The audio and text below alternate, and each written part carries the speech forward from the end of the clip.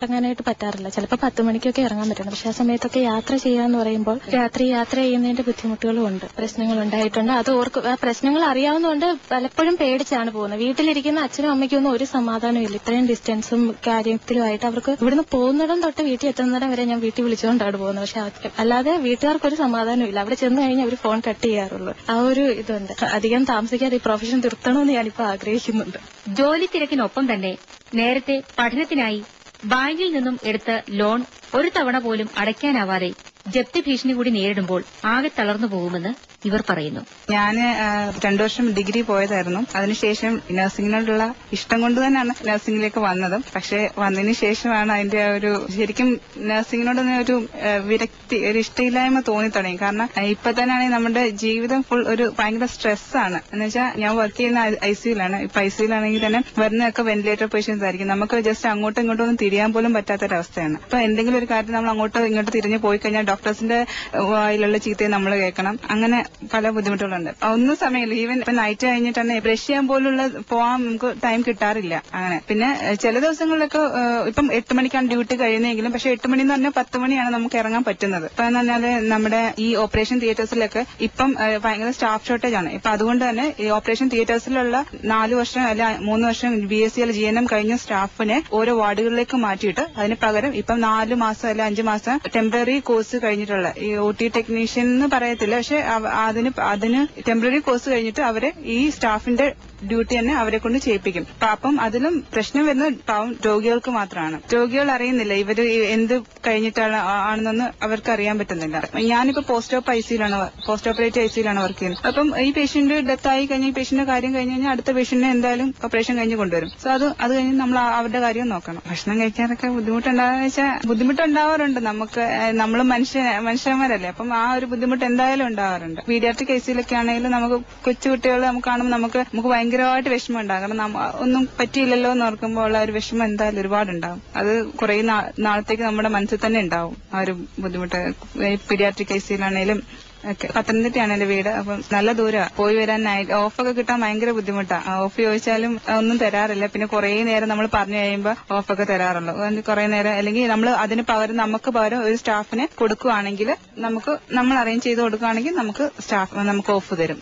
Of അല്ലെങ്കിൽ leave നമുക്ക് തരും. അങ്ങനെ അല്ലാണ്ട് തരാറില്ല. പിന്നെ എന്താ പറയുക, നമ്മൾ ഈ കിട്ടുന്ന ഇപ്പം സാലറിയുടെ കാര്യമാണെങ്കിലും എനിക്ക് ലോണൊക്കെ ഉണ്ട്. പക്ഷെ ഇതുവരെ ഒരു തവണ പോലും അടയ്ക്കാൻ പറ്റിയിട്ടില്ല. ബാങ്കിൽ നിന്ന് വിളി വരുന്നു, പിന്നെ നിരന്തരമായിട്ട് വിളിച്ചുകൊണ്ടിരിക്കും. പിന്നെ ജപ്തി നോട്ടീസ്, അങ്ങനെ പല പ്രശ്നങ്ങളാണ്. ഒരുപാട് പേരുണ്ട്, നമുക്കറിയാവുന്ന ഒരുപാട് പേര് ഇങ്ങനെ ബുദ്ധിമുട്ടുകൾ അനുഭവിക്കുന്നുണ്ട്. നഴ്സിംഗ് മേഖലയിൽ പ്രവർത്തിക്കുന്നവർക്ക് വീട്ടുകാരുടെ സഹകരണം കൂടി ഉണ്ടെങ്കിലേ കൃത്യമായി ജോലി ചെയ്യുവാൻ സാധിക്കുകയുള്ളൂ. എറണാകുളത്ത് ജോലി ചെയ്യുന്ന ഒരു നഴ്സ്. ഞാൻ 12 വർഷമായി ഹോസ്പിറ്റലിൽ ജോലി ചെയ്യാൻ തുടങ്ങിയിട്ട്. ഞാൻ ഈ ഫീൽഡ് തെരഞ്ഞെടുത്ത തന്നെ ഒരു ആതുര ശുശ്രൂഷ സേവനം അത് ഉദ്ദേശിച്ച് തന്നെയാണ് ഞാൻ ഇതിലേക്ക് വന്നത്. ഞങ്ങളുടെ പ്രൈവറ്റ് ഹോസ്പിറ്റലാണ്. ആ പ്രൈവറ്റ് ഹോസ്പിറ്റലിൽ എന്ന് വെച്ചാൽ ഞങ്ങൾക്ക് മുമ്പെന്ന് പറഞ്ഞാൽ ഡ്യൂട്ടി ടൈം വളരെ റഷായിരുന്നു. വളരെ 15 മണിക്കൂറൊക്കെ ആയിരുന്നു ഞങ്ങളുടെ ഡ്യൂട്ടി ടൈം. ഇപ്പൊ അത് ഞങ്ങൾക്ക് 8 hours ആക്കിയിട്ടുണ്ട് ഡ്യൂട്ടി ടൈം. പിന്നെ ഞങ്ങൾക്ക് ഇപ്പോൾ ഒരു ബുദ്ധിമുട്ടുണ്ടാന്ന് വെച്ചാൽ ഞങ്ങൾ സ്റ്റാഫ് കുറവാണ്. 5 പേഷ്യന്റിന് ഒരു സ്റ്റാഫ് എന്നുള്ള നിലക്കാണ് ഇപ്പൊ അവിടുന്ന് ഓർഡർ വന്നേക്കണത്. പക്ഷെ ഞങ്ങള് ആകെ ഇപ്പൊ ഡ്യൂട്ടി ടൈമിൽ ആകെ നൈറ്റ് ഡ്യൂട്ടിക്ക് എന്നൊക്കെ പറഞ്ഞാൽ തന്നെ ഞങ്ങള് ആ ഒരു ഫ്ലോറ് 10-25 പേഷ്യന്റ് ഉണ്ടെങ്കിൽ ഞങ്ങള് 2 പേരാണ് ആ പേഷ്യന്റിനെ നോക്കിക്കൊണ്ടിരിക്കുന്നത്. എല്ലാ കാര്യങ്ങളും അത് പല വിധത്തിലുള്ള പേഷ്യന്റ്സ് ഉണ്ട്. ക്യാൻസർ പേഷ്യന്റ് ഉണ്ട്, ഓർത്തോ പേഷ്യന്റ് ഉണ്ട്, പീഡിയാട്രിക് പിള്ളേരുണ്ട്, ഗൈനക്കില് പിള്ളേരുണ്ട്. അങ്ങനെ എല്ലാ പേഷ്യൻസിനെയും കൂടി ഞങ്ങൾ 2 പേരാണ് ഇങ്ങനെ പേഷ്യൻസിനെ നോക്കണം. അപ്പൊ ഞങ്ങൾക്ക് ആ ഒരു സ്റ്റാഫ് ഇല്ലാത്തതിന്റെ ബുദ്ധിമുട്ട് ശരിക്കും അനുഭവപ്പെടുന്നുണ്ട്. അല്ലെങ്കിലും ചോറിനുള്ള സമയം ഞങ്ങൾക്ക് ഇല്ല.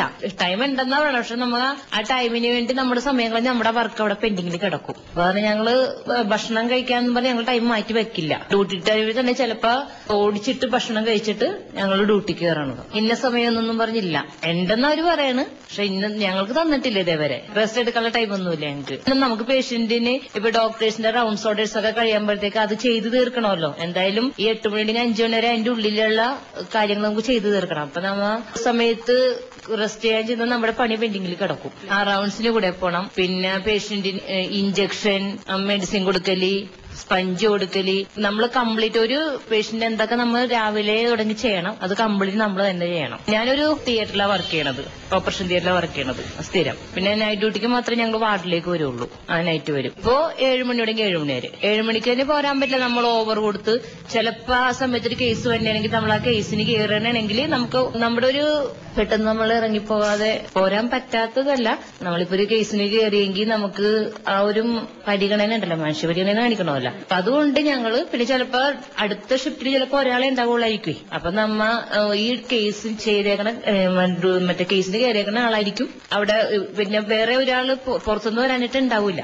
അപ്പൊ നമ്മള് അതങ്ങനെ അഡ്ജസ്റ്റ് ചെയ്ത് കുട്ടികളുടെ കാര്യത്തിൽ ബുദ്ധിമുട്ട് വരും. എനിക്ക് 2 പേര്, 2 ചെറിയ പിള്ളേരാ.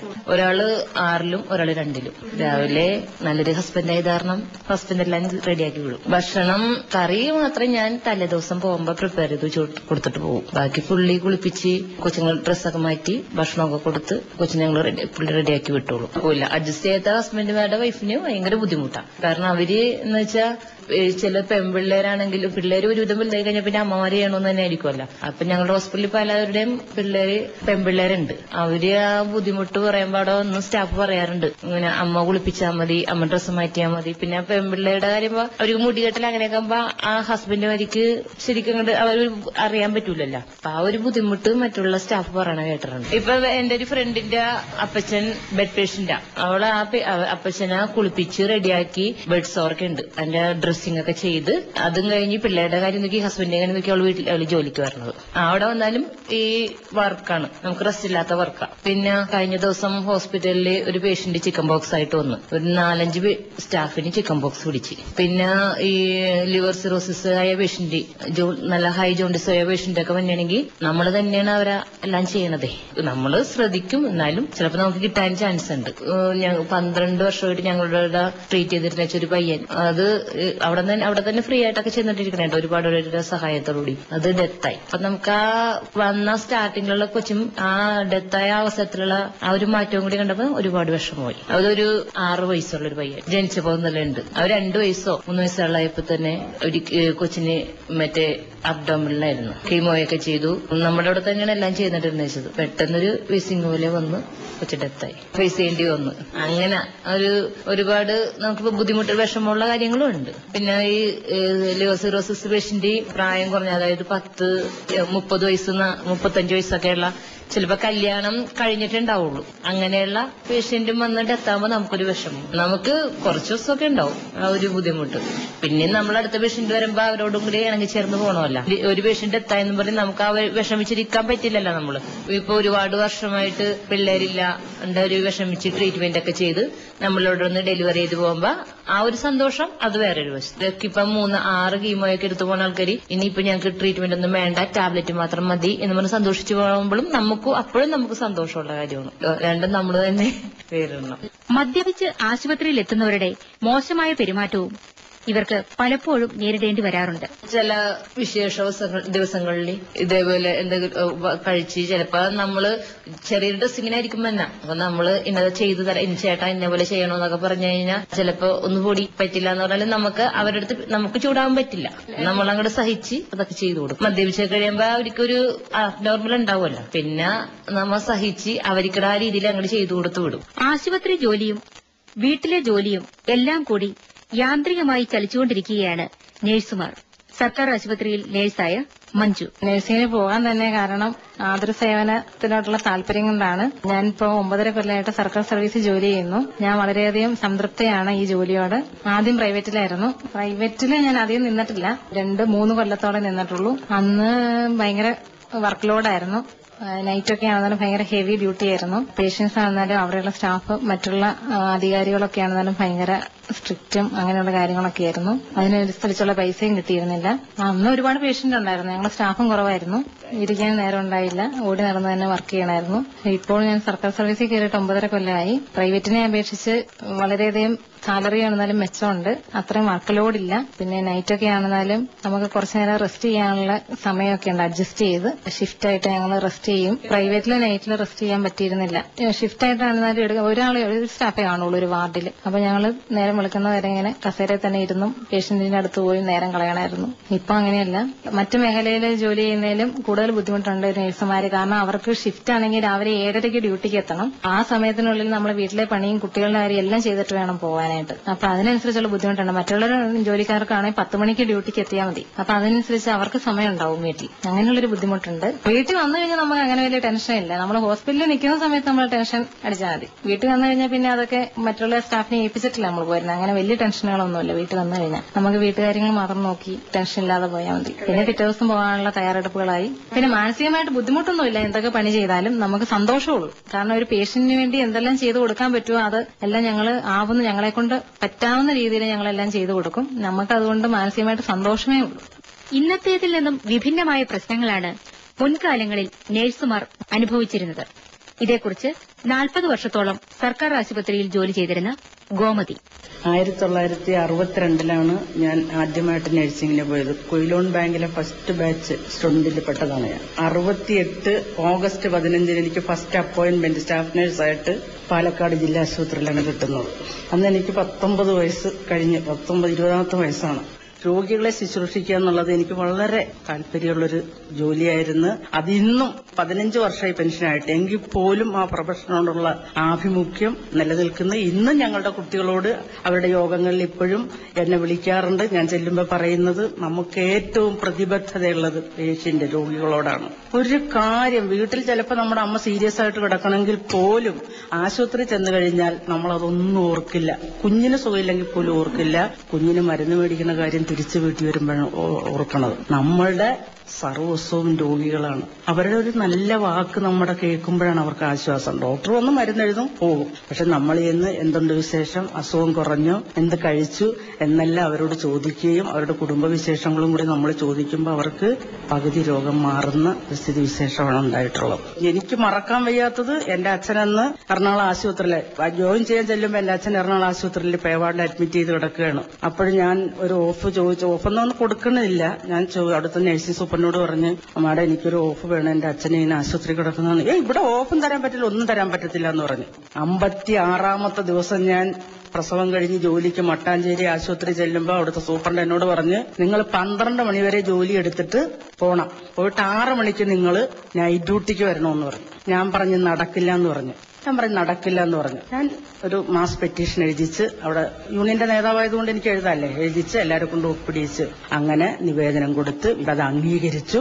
പിന്നെ എനിക്ക് പറയാനുള്ള പ്രൈവറ്റ് ആശുപത്രിയിലാണ്. അവിടെ കാണിക്കുന്ന അടിമത്വം അത് എത്രയും പെട്ടെന്ന് ഡോക്ടർ ബലറാമൻ കമ്മീഷൻ വെച്ചു. അതുപോലെ തന്നെ നല്ല രീതിയിൽ തന്നെ റിപ്പോർട്ട് കൊടുത്ത്. പക്ഷെ അത് നടപ്പാക്കാൻ പ്രൈവറ്റ് ആശുപത്രിയിലെ മുതലാളിമാർ സമ്മതിക്കണില്ല. അവരിപ്പോഴും ഇവരെ പിഴിഞ്ഞ് കാശുണ്ടാക്കുക, 3000 രൂപയും 4000 രൂപയും കൊടുത്ത് ഇതുങ്ങളെ പണിയെടുപ്പിച്ച് നശിപ്പിക്കുന്ന ഒരു സ്ഥിതിവിശേഷമാണ്. ഈ ബലറാമൻ കമ്മീഷൻ റിപ്പോർട്ട് നടപ്പാക്കുവാൻ എല്ലാവിധ സഹായ സഹകരണങ്ങളും ഉണ്ടെങ്കിൽ മാത്രമേ ഇത് മുന്നോട്ട് പോകാൻ പറ്റുള്ളൂ. ഒരു രോഗി ചെന്നാൽ അവരുടെ കയ്യിൽ നിന്ന് പ്രൈവറ്റ് ആശുപത്രിക്കാര് എന്താ വാങ്ങിച്ചു കൂട്ടുന്നത്, വാങ്ങിച്ചോട്ടെ, അവര് പണിയെടുക്കുന്നത്. ഡോക്ടർക്ക് 1 ലക്ഷം 1.5 ലക്ഷം കൊടുക്കുന്നുണ്ട്. എന്തുകൊണ്ട് ഈ പാവപ്പെട്ട നഴ്സുമാർക്ക് ജീവിക്കാൻ ആവശ്യമുള്ള ഒരു 10,000 രൂപയെങ്കിലും കൊടുത്താൽ തീർച്ചയായിട്ടും അവർക്ക് നല്ല രീതിയിൽ അവരുടെ കുടുംബത്തെ സംരക്ഷിക്കാനുള്ള അവസരം ഉണ്ടാകും. രാവും പകലും കുഞ്ഞുങ്ങളെ ഇട്ടിട്ടാണ് അവർ ഈ തൊഴിലിന് വേണ്ടി വരുന്നത്. കുടുംബം പോറ്റാൻ വേണ്ടി വരുന്നവരാണ്. ജീവനോടാണ് അവർ മല്ലടിക്കുന്നത്. ഡോക്ടർമാർ ഓപ്പറേഷൻ ചെയ്തിട്ട് പോയി കഴിഞ്ഞാൽ മുഴുവൻ സമയവും രാവും പകലും നഴ്സുമാരുടെ നല്ല രീതിയിലുള്ള പരിപാലനം കൊണ്ട് തന്നെയാണ് രോഗികൾ